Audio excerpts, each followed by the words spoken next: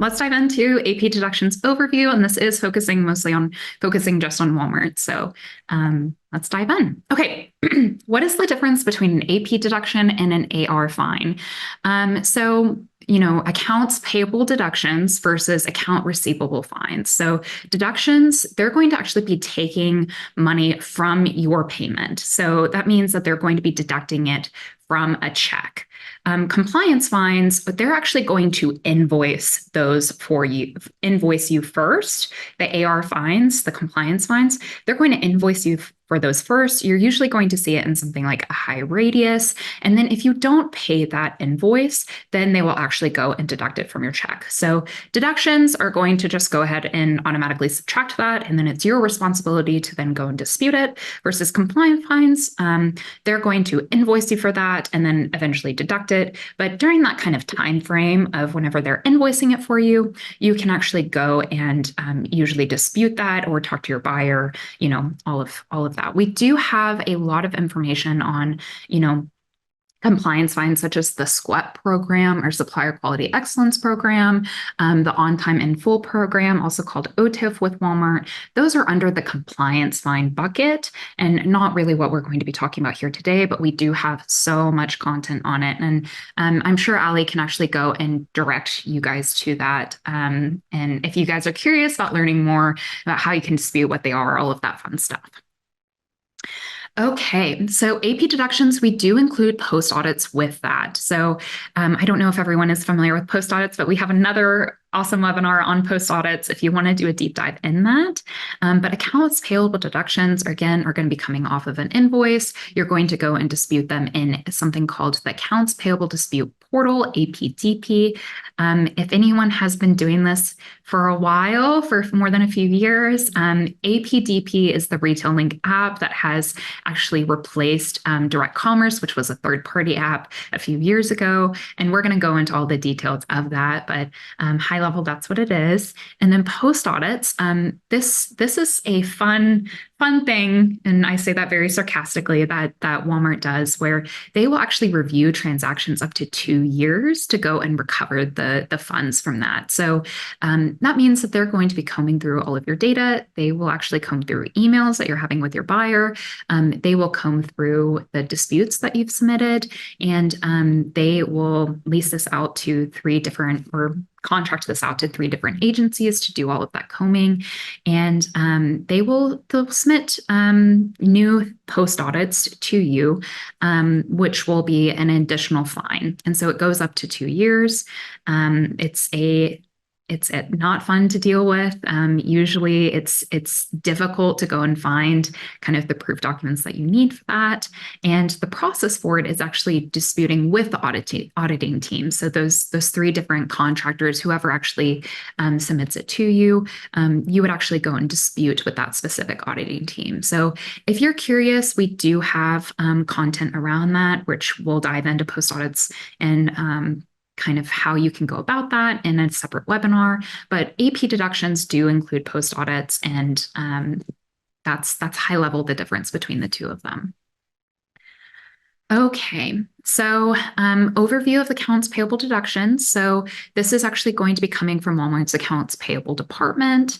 They have a lot of systems and infrastructure in place that they're going to be issuing most of these to you automatically by combing through your retailing data, combing through your data with Walmart, and they'll just automatically be submitted if they think that something has gone wrong.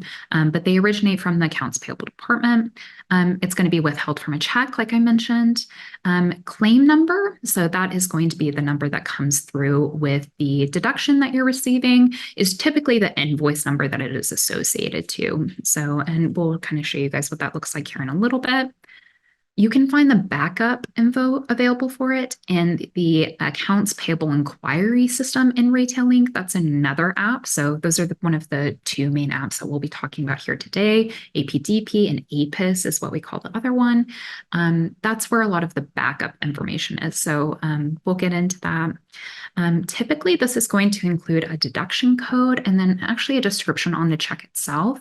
There are some weird deduction codes where there won't won't be a very descriptive description. That's not very helpful. We do have a ebook that has all of the different deduction codes, what they are, what they could mean, how to prevent them. It's our Walmart Deduction Codes Explained Guide. I'm sure Ali can send that in there in the chat. But go and check that out if you have any questions on very specific codes. We're going to go over a couple of examples here today, but if you're wanting a more in-depth overview, that's going to be one of the more helpful resources for you to go and look at. There are roughly 75 different AP deduction codes. Walmart is, we deal with quite a few different retailers here at SupplyPike and at Supplier Wiki, and Walmart definitely has the most extensive list of deduction codes, which is, I feel like in some ways a blessing and a curse because you can get very specific and you can drill down and hopefully know, what can I do about this specific code? But it is a lot to remember and it's a lot to try to keep track of. So again, kind of a blessing and a curse there, but we do have that deduction guide, which I see that Ali just sent in the chat. Go check that out if you're wanting a more in-depth overview of each of those different codes. And then, like I mentioned earlier, most of those are going to be disputed through the Accounts Payable Dispute Portal, which replaced Direct Commerce. So if you guys, again, are familiar with that old system, that is gone. That's, again, been gone for a few years now.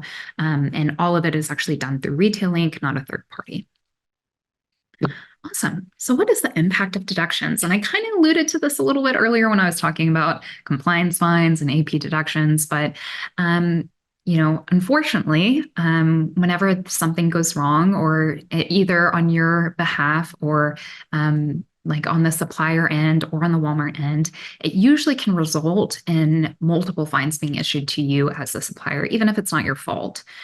So in this example, let's say that I'll just kind of talk high level. Let's say you short ship something, or Walmart thinks that you have short shipped. So you haven't sent Walmart all of the product that they were expecting.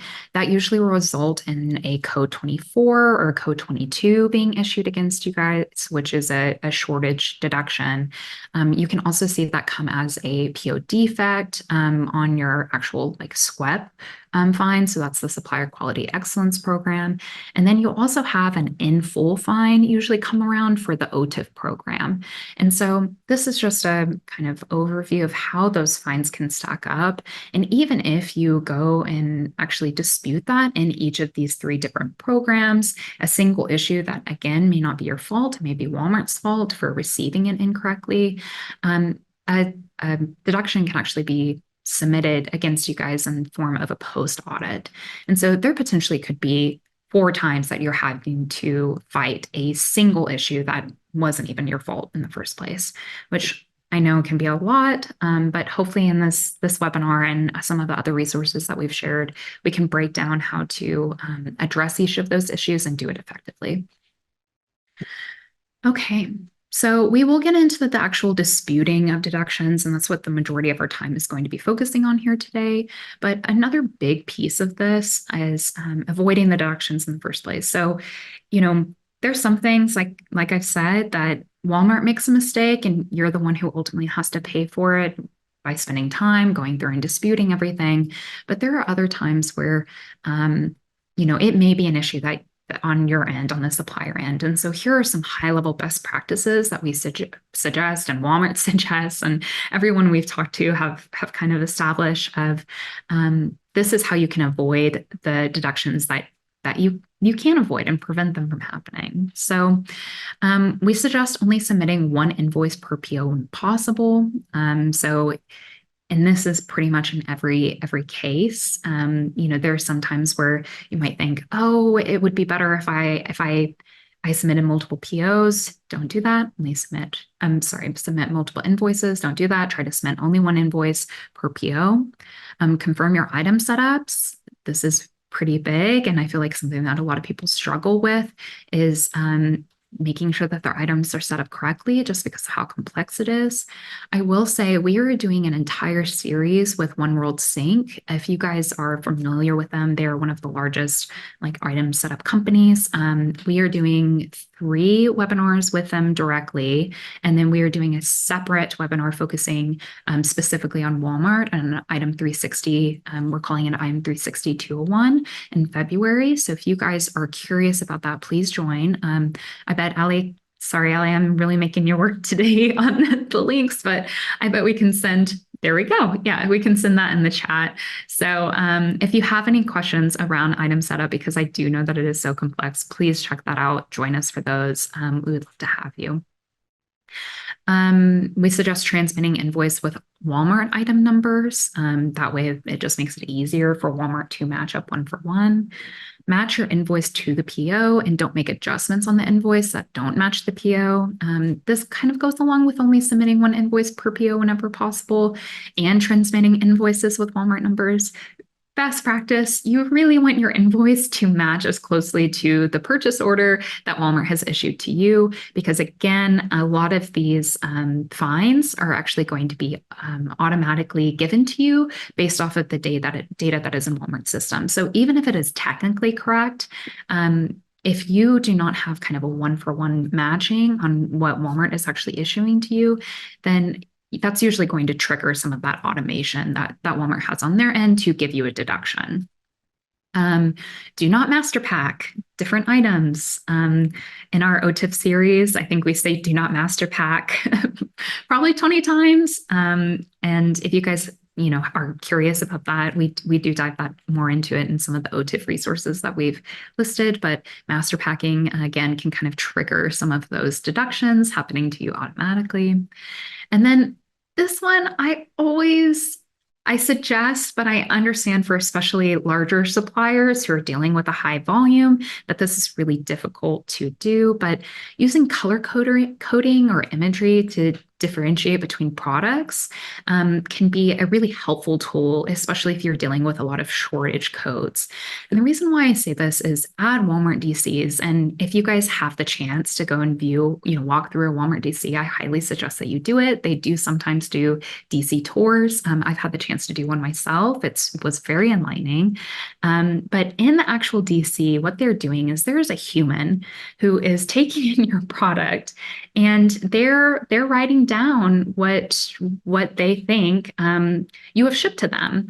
And so if you have on a pallet multiple different boxes of different types, different SKUs or different colors, usually what they're doing is, and they're dealing with hundreds, if not thousands of packages in a day, a week.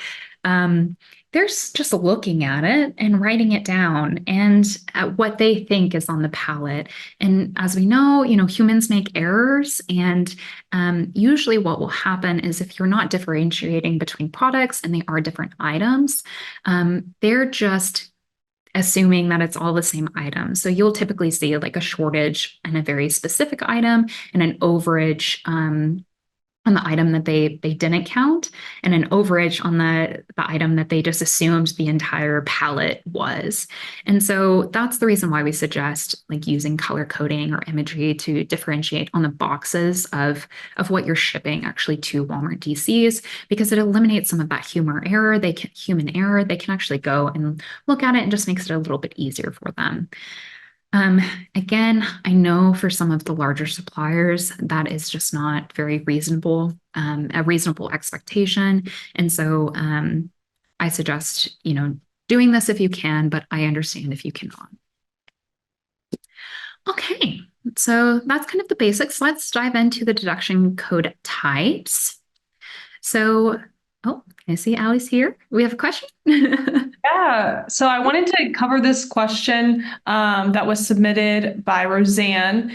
This one's a little obscure, so Melodie, I do know the answer, and I assume you may as well, but the question is for AP deductions, or rather, this is for AP deductions, but today she's asking about AR deductions. There is something coming through without a PO number or description that's only referencing store 9000. Are you familiar with this really obscure, Walmart lingo? Okay, I am, but I think you know it better than me. So do you want to go and tell the group? Sure. And feel free. I was also going through my notes just to make sure I'm right, because this is one that doesn't come up often, but essentially what it's relaying is that this is a post audit. So you should go to your accounting team and make sure that they've received a packet via either email or like an actual physical packet, and it'll come through as a post audit. So there should be details in that document, however it's sent to you for that. Melody, what would you add to that? That's basically it. And again, we do have resources on post audits that are going to dive into that a lot more. How do I go about it? What should I expect? How do I dispute it? So if you have questions, please check that out. Because I looking over the deck, I don't think we'll cover much more of that here today. So yeah, post audits are they're really not fun to deal with. I hate having to deal with those just because, again, it is so difficult to get the information. It's not as easy as it is to dispute an APDP, but that does sound like a post audit to me. Yep. I'll send some of our content on post audits in the chat, but I'll let you get to more of the AP deductions here. Perfect. Sounds great. Okay. So there's different categories, or this is how we categorize Walmart deductions. Again, there's over those 75 different AP deduction codes at Walmart, and Walmart doesn't categorize them. So this is our own kind of, they're looking at, hundreds of suppliers, working with hundreds of different suppliers and all of the different categories and working with, 4 different retailers. This is kind of how we bucket them and what we suggest for you to do. So looking at Walmart deductions, there's one of the biggest ones is shortages and shipping related issues. So again, I've kind of high level talked about that. We do have more content on just shortage deductions, so please check that out if you're curious. But shortages are one of the number one reasons why suppliers might be experiencing fines. And thankfully, it's one of the easiest ones to actually go and get paid back. So there might be a really large volume for you to go and dispute, but those are the ones that actually have some of the highest win rates, and people are the most successful with going and disputing those. Next is going to be pricing discrepancies. That's kind of exactly what it sounds like. It's just Walmart saying, hey, I thought that I was going to get charged this much and you charged me this much.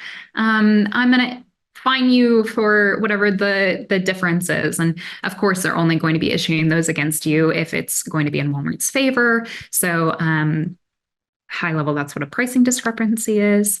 Allowances are interesting. So allowances are going to be according to the terms of your supplier agreement. So we do have another, I believe it's a webinar. Yes, it's a webinar on Walmart accounting that covers supplier agreements pretty robustly. So if you're curious about what that is, unfortunately, usually I feel like a lot of people who are dealing with AP deductions are not as involved with the supplier agreement whenever it's being issued. Usually it's like an account manager or something like that. I may be wrong, but in my experience, that's what I've seen. And so you may not even know what your team or your company is necessarily agreeing to that you're getting all of these allowance fines for. So, and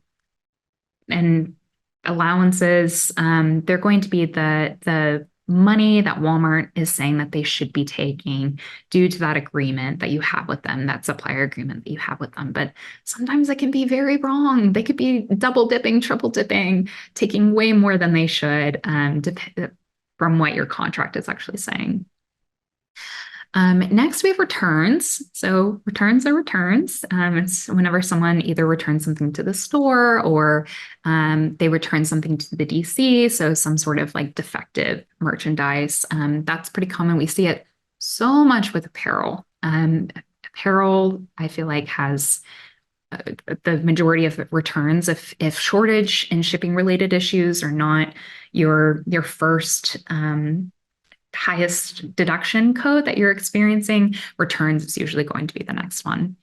And then lastly, we just have miscellaneous because that's just where we put all of the ones that don't perfectly fit in each of these different buckets. Cool. So let's go over some examples. So an example of a shipping or shortage code is going to be code 22.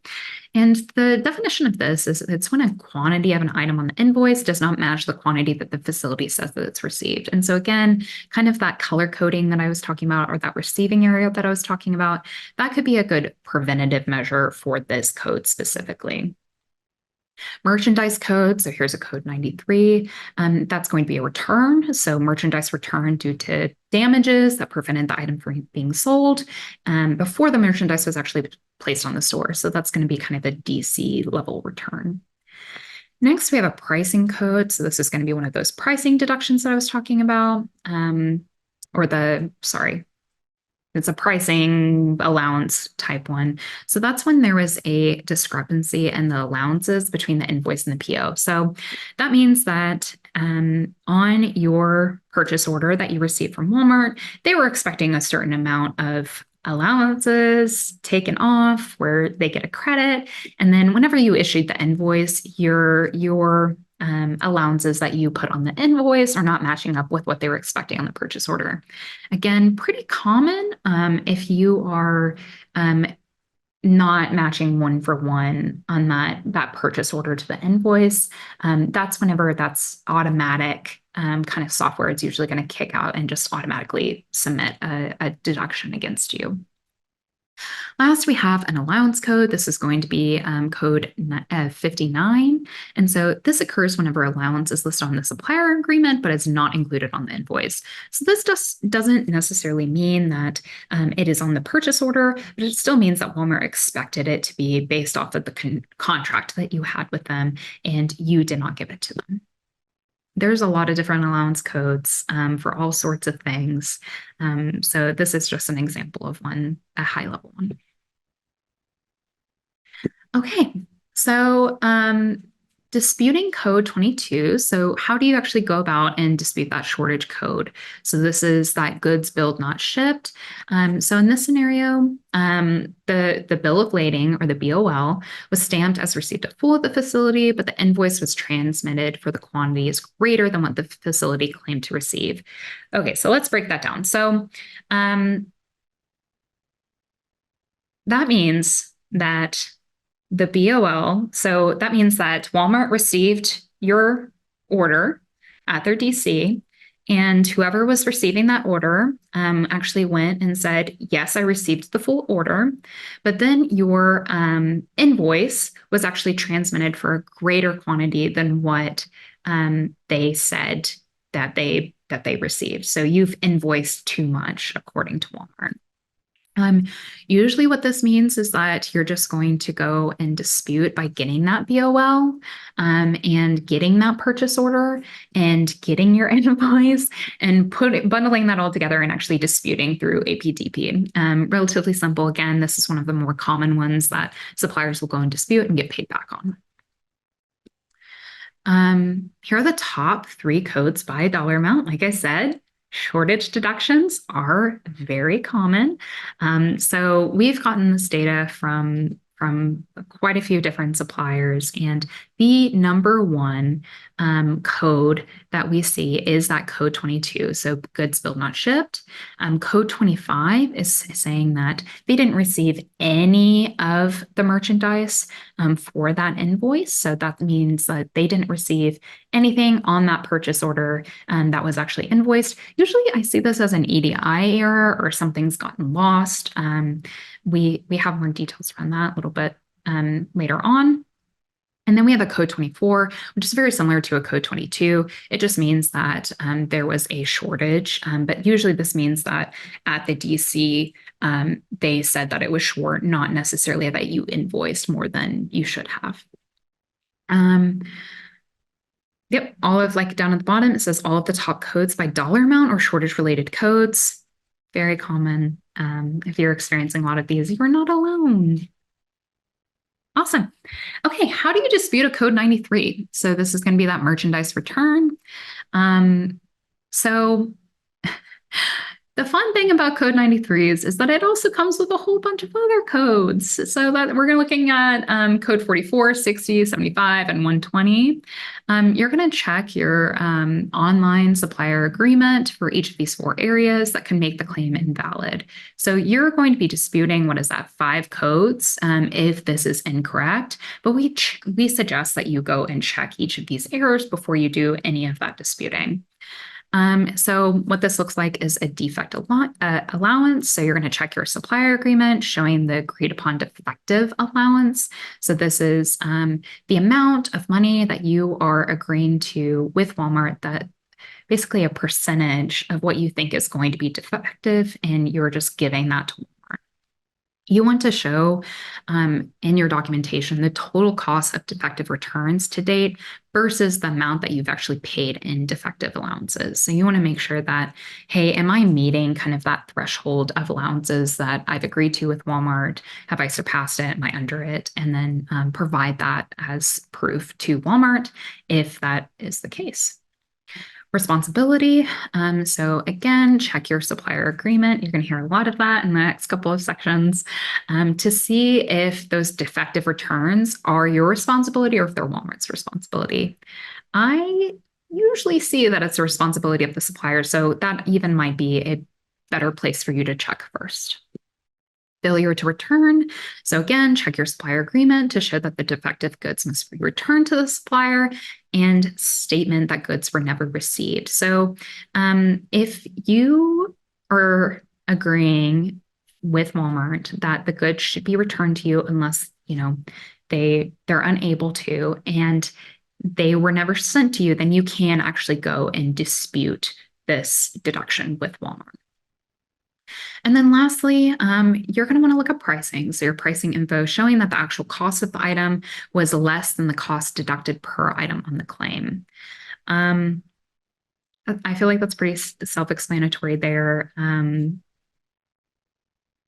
If they're taking more money than they actually paid you for it, then you can go and dispute that. Okay, hopefully that cleared that up for everyone.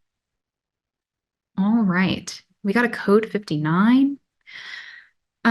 So this is a swell versus defective goods allowance. So how do we go and dispute that? What is this? Usually this is negotiated, again, with your supplier agreement to help kind of counteract the costs that might be with handling defective goods.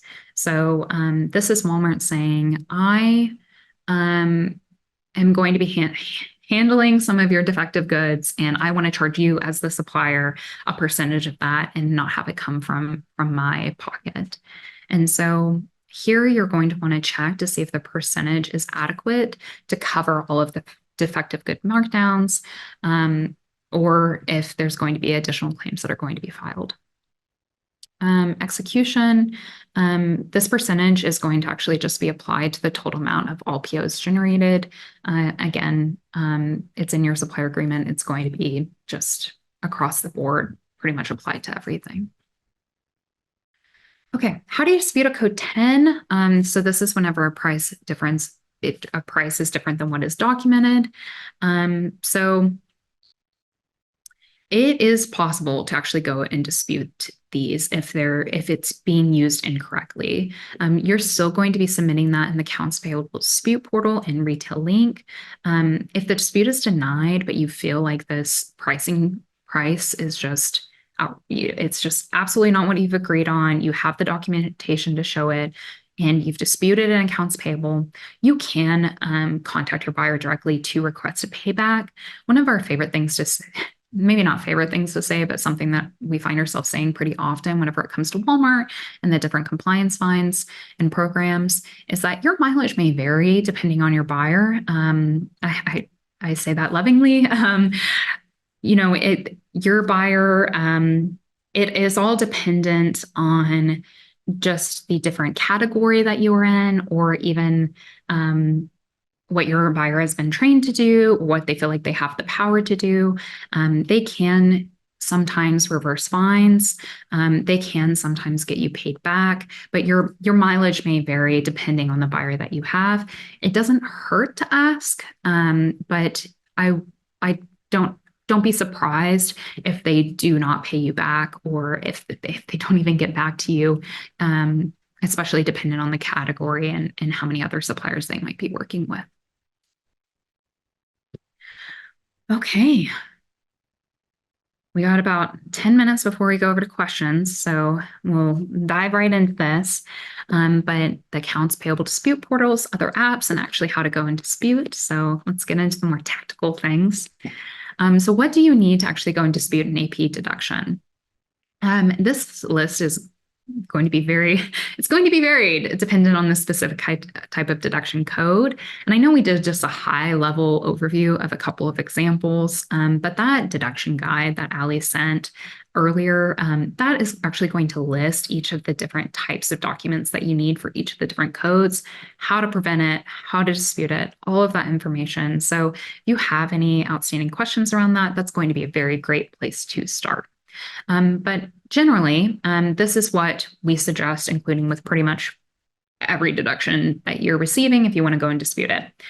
Any of those shipping documents that you have, so that proof of delivery, which is also called a POD or the BOL, the bill of lading, if that is relevant to the code, which again, short shipping, that's going to be the most relevant, you're going to want to actually go and include that. You're going to want to include a copy of the invoice. So that is going to be the EDI document of 810. If you are a smaller supplier, you might have Walmart's free web EDI, where you can actually go and get those documents from there. If not, you might want to talk to your IT team.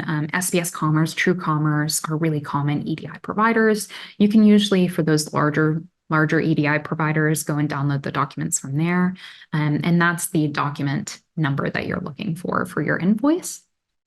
For a purchase order, that's going to be the EDI document 850. Again, just kind of follow the same process, either use web EDI or your EDI provider. And then lastly, your supplier agreement, which is actually going to be in Walmart, in Retail Link. So you can find that in there. Again, that accounting webinar that we talked about for Walmart, we do cover how to actually go and pull that in there if you don't know where to find it. Okay, you're going to need some information from the claim itself to actually go and dispute it. You're going to need that claim number. So for a deductions related to an invoice, which most of them are, the claim number is actually going to equal the invoice number. So it should match up one for one. It should be relatively easy to find, especially if you have that invoice that you need for the backup documentation. Claim date. This is specifically the date from the claim. It's not the invoice date. It's not the check date. It is the date that you received the dispute. Received the deduction. And so you should be able to see that in APIS. I'll leave it at that. You'll see it in APIS. You'll see it whenever it comes across an APDP. The claim date is the date that you received the claim, not any of the other million dates that are out there. Dispute type. So this is calculated from a store division number on the deduction check line and the location type. I don't know if we have like an easy way. In our application, it does it automatically for you. But Ali, you might want to correct me if I'm wrong, if we have any resources on how to find that. Usually it's going, I see you popping up. Keep talking. I'm looking at our resources to see if we have something like that. Okay. Perfect. Yeah, I mean, usually I feel like it's pretty self-explanatory because it's like, okay, is this coming from a store? Is this coming from a Sam's Club? Is this coming from a DC? And then usually you can pick it from there. But I don't know if we have some best practices around that. But if we do, we'll definitely send it out to you guys. I think I have an article I'll send, and I would also say the Walmart deductions, the title, sometimes I get in a tongue twister. The Walmart deductions codes explained would be helpful as well. Perfect. Claim code. So this is going to be that deduction code that I've been talking about, code 2295, all of that stuff.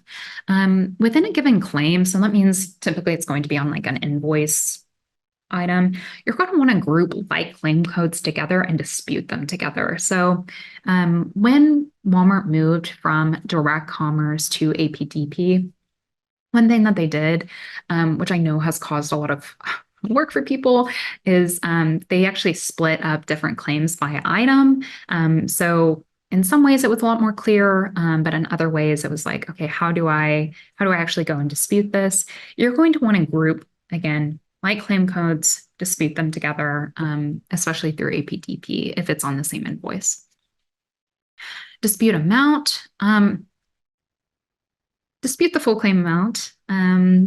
Just like a lot of deductions are given automatically to suppliers based off the data that Walmart has in their system.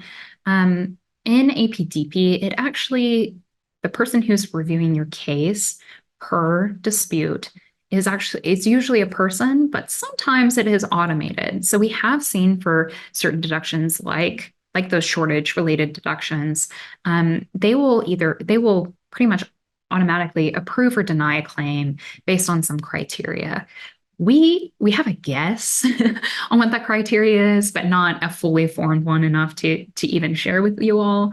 But one of the suggestions that we have for you guys is just dispute the full claim amount, even if you're only due part of it. Walmart is going to reject the disputes when the dispute amount does not match the claim amount. So that is just a suggestion that we have for each of you guys, no matter if it's automated or if there's a person at Genpact who's actually going and reviewing them. Cool. Okay, supplier number. So this needs to match the 6-digit supplier number on the dispute that came from the claim.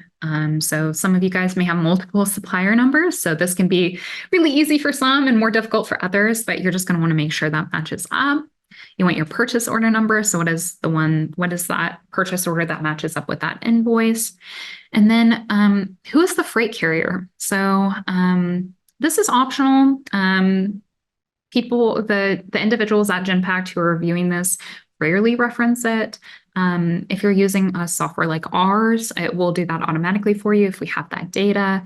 But it can be helpful information, especially if you have a case where you have a giant list of BOLs and proofs of delivery. And if you're not separating those in order to get the most relevant information to the person who's reviewing your dispute, adding the freight carrier in there can maybe make it a little bit easier for them to actually go and reference what exactly you're talking about whenever you're going and disputing. Okay. We're almost done here, you guys. I know it's a lot of information, but stick with me. Location, this again is going to be versus the store or DC where the claim originated from. Again, this is going to be one of those things, just like what we talked about over here with the dispute type, which you usually can kind of figure out yourself. Okay, did this originate in a store? Did this originate in DC? It's usually found on the check line and usually in the claim document. Shipping method, this is required.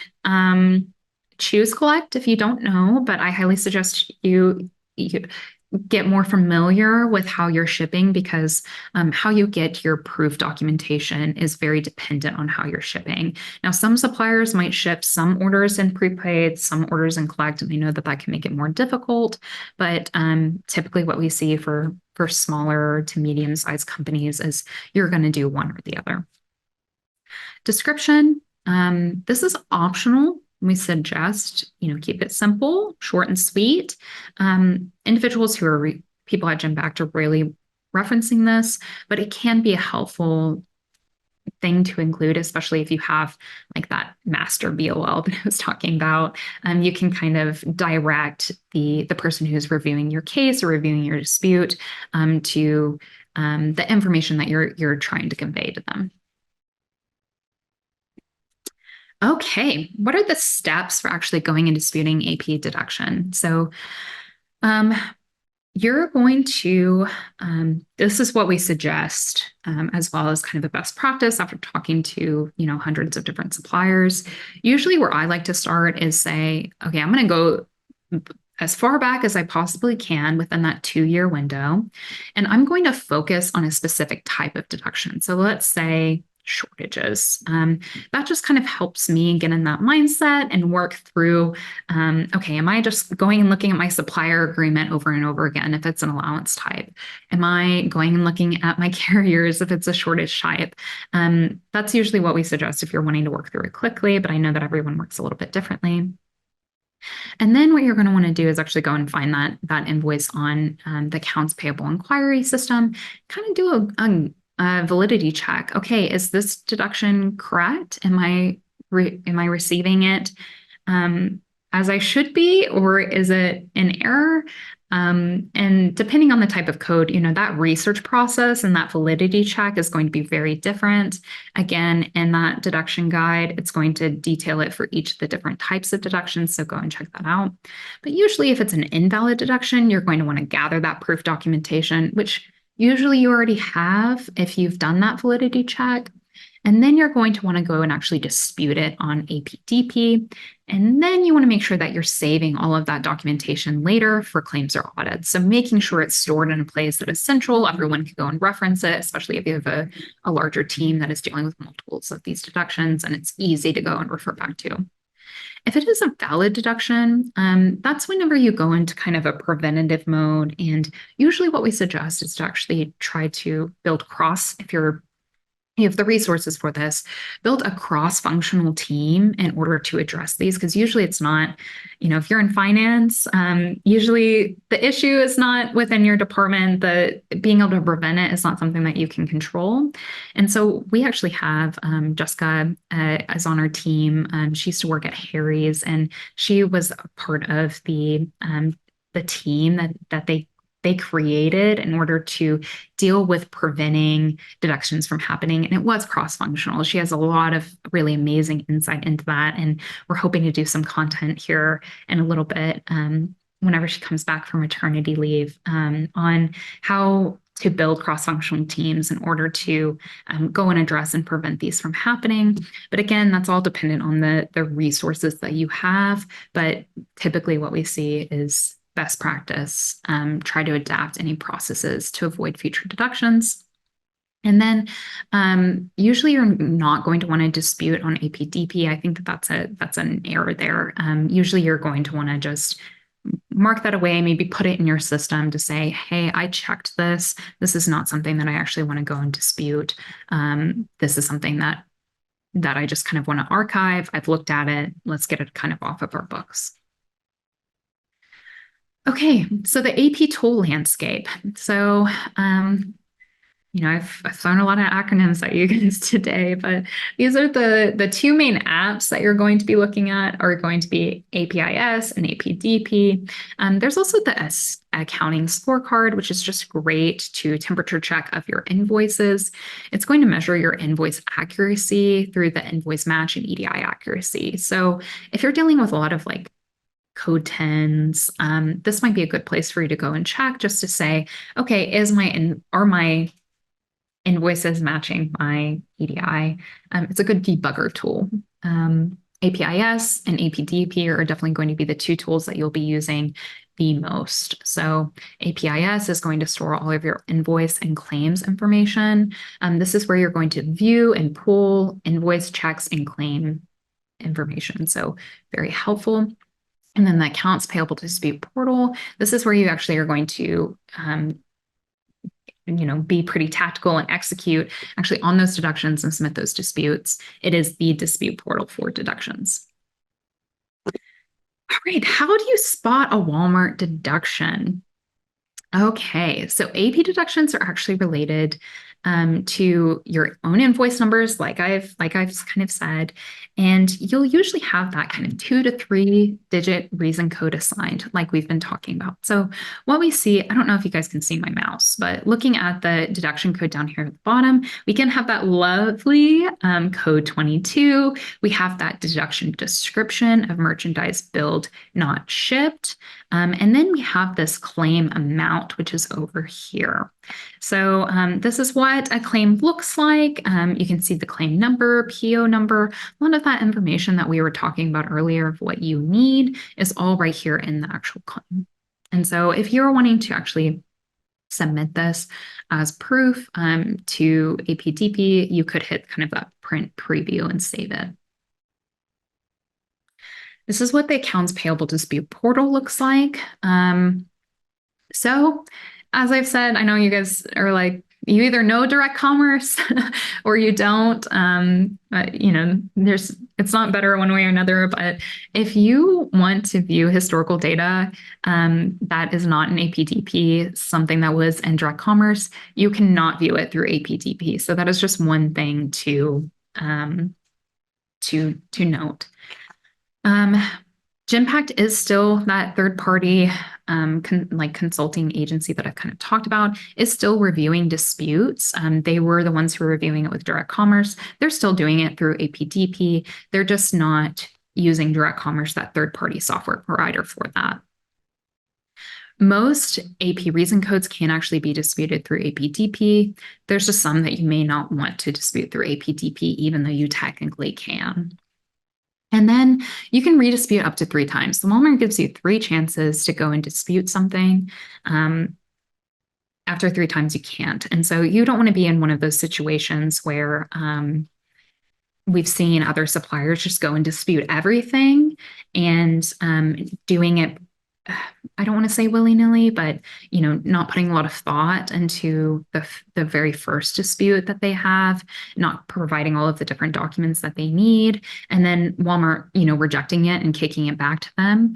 And then you've lost, one chance potentially to actually go and recover that money. And so we suggest trying to go and dispute it right the first time, just because, again, you only get 3 times to do it. And if it's a meaningful amount of money, if it's not something that you're willing to write off, you want to make sure that you have all of the chances that you can get. Because I actually just heard this earlier this week. We've seen pretty clearly, I don't know if everyone's familiar with Walmart moving off of the settlement program, which is where larger suppliers could actually go and dispute everything in bulk, and moving everyone to this mass dispute creation or APDP in order to do that. The volume of deductions has actually increased pretty heavily, and we'll talk more about this here in a second, but because of that, we have seen an increase of deductions that are disputes that are very clearly should never have been taken and should be paid back. But we believe due to the volume that Walmart is experiencing, they're just rejecting things, even if it's very clear that it shouldn't have been. And previously, they wouldn't have done that. So Genpact is a little overwhelmed right now, you guys. So you want to make sure you have all of the chances that you can get and set it up correctly the first time. So there's 2 different types of disputes in APDP. There's invoice-based disputing. So this is going to be a dispute based off the entire invoice. You're going to want to look up a claim or invoice record and then dispute from that record. And then there are claim line level disputes. And so this is going to be an individual dispute for every claim line that you want to challenge with an invoice. So this is kind of what I was talking about earlier, where a lot of them, it's kind of changed from what it was previously, where for item numbers, there's a different claim that is being created for each item, even if it's the same code on the same invoice. All right, so what is the dispute process? You're going to want to go up to the top and click Create Dispute button. You're then going to want to select that 6-digit vendor number. You're going to want to select Claim for the next to create dispute based on. So you can kind of see an example of that here. So this is when you'd pick between claim or invoice.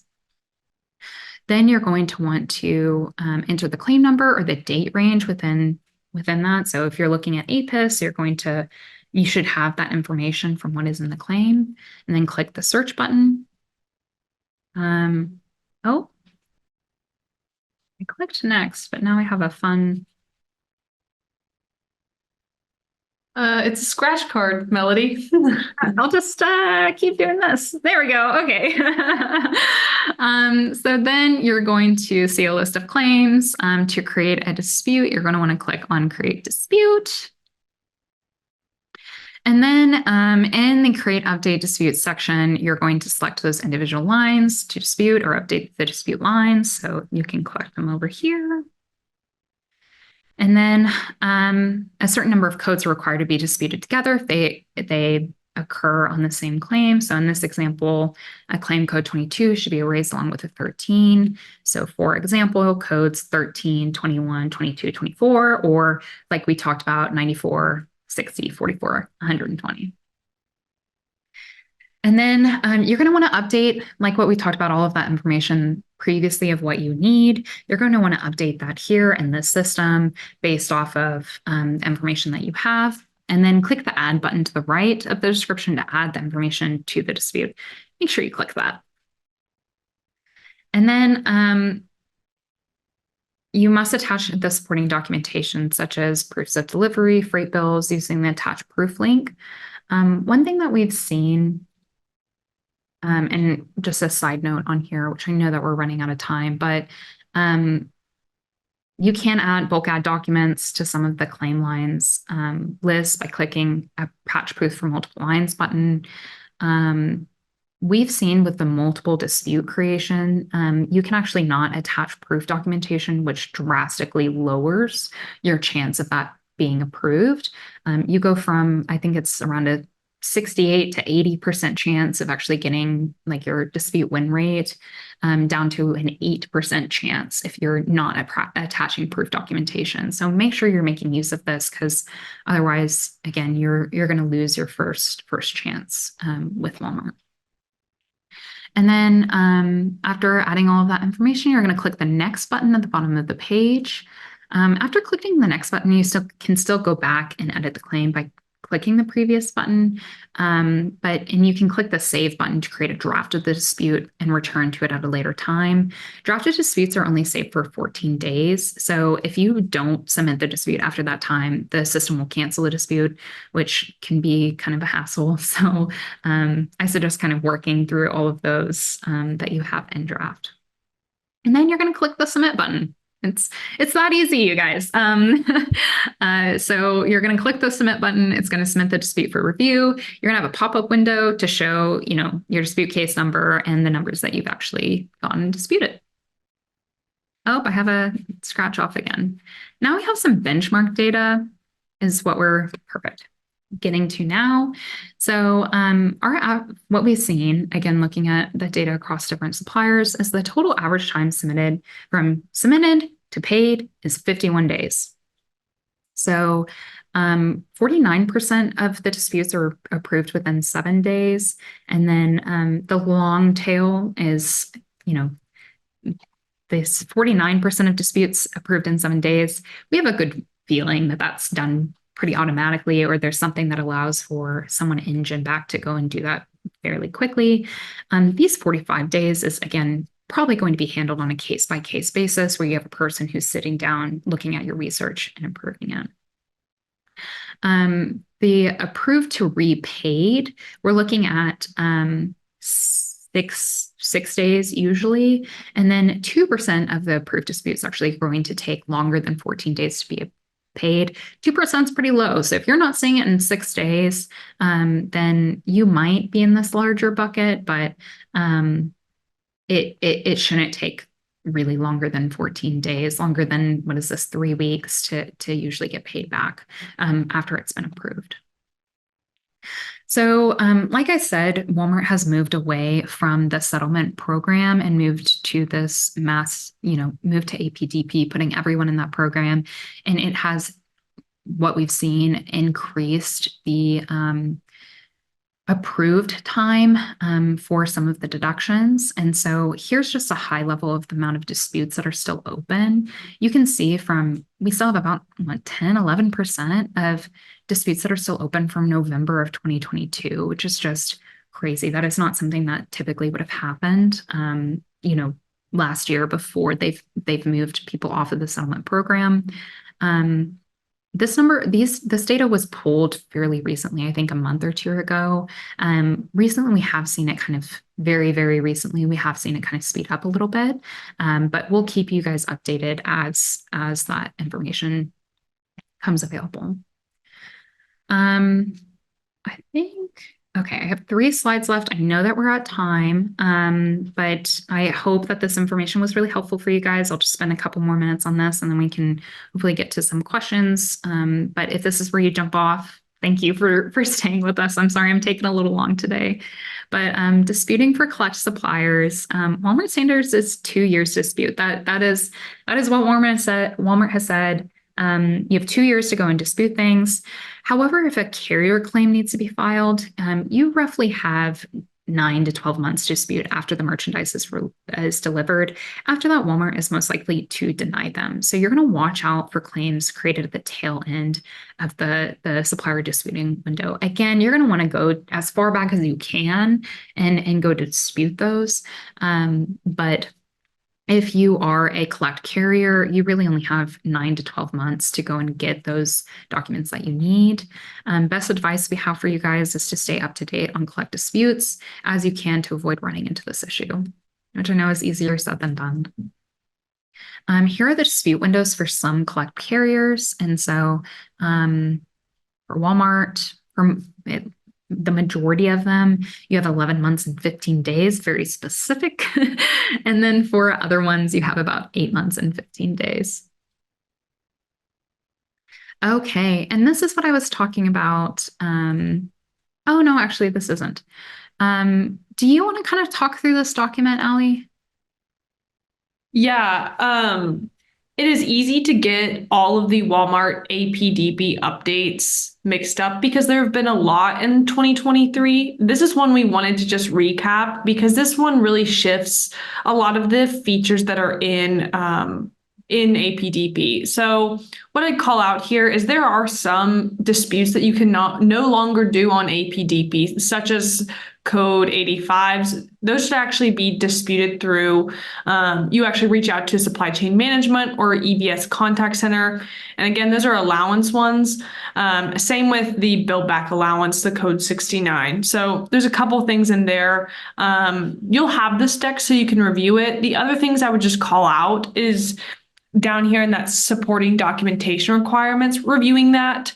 If you are prepaid, there's a couple additions there, and then there is one for collect as well. So we want to keep you guys updated. And then the other one that a lot of people may have seen is that DSS is going away, and Melodie, I know you mentioned that, and that Luminate will be taking its place. So, and I believe we have a Luminate webinar coming up. We do. So if you guys are familiar with how we've been doing our webinars, we have one called Retail Link Recipes, and that is usually covered DSS. So we are covering a little bit of DSS if you still want to use it. I know some suppliers are still relying on DSS to pull their data. And then we're also going to be comparing that to Luminate because the data will not match. Luminate and the Luminate product team has mentioned that. So we're going to talk about how you can kind of compare, contrast, and transition your team into using Luminate and being off the ground once DSS is gone March 1st. So stay tuned for that webinar. It's coming out soon. Awesome. All right. That was a lot, you guys. I appreciate you sticking with me. I know that was a lot of information that we've covered.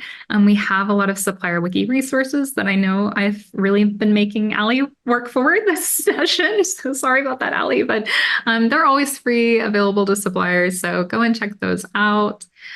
Here is our contact information. So those are actual emails, or you can find us at SupplyPike.com.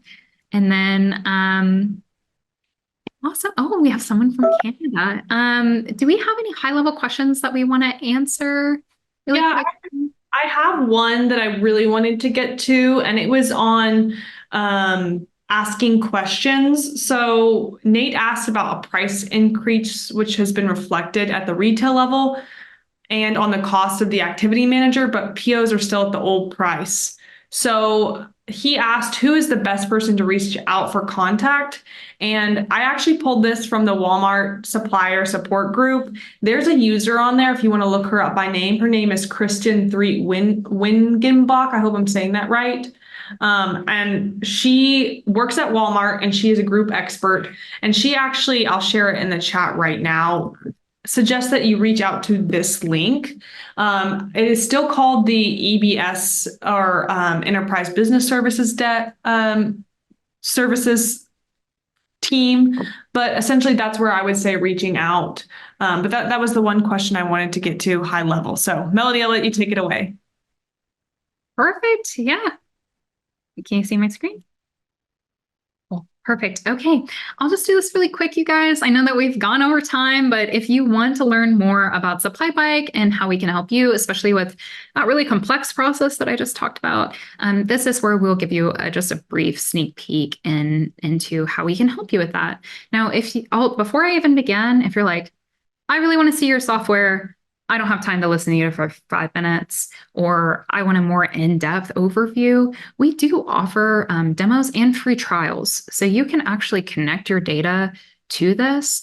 We can pull it for you. It's very easy. It takes it takes 5 minutes to set up and less than 2 days to actually get your data pulled into this. And then you can actually have one of our account executives walk through all of your data with you and give you a more in-depth overview than we'll be covering today. Please, if you're interested at all, check that out. But here, I'll give you a high-level overview. Yeah, sorry, give me 1 second. I got to move my things over. Okay. So what we have, I'll just start over here, is all of those deduction codes that you're actually receiving will just kind of fall into your actionable list. So this is all of the actionable deduction codes that you can actually go after. No need to, go and search on APDP for the ones that you're wanting to go and create claims for, or create disputes for. We have all of that right here for you. And this kind of follows some of those best practices that we've been talking about, how to go about your deductions. So you can filter by the different codes that you have. You can filter by even something that we call validity or readiness.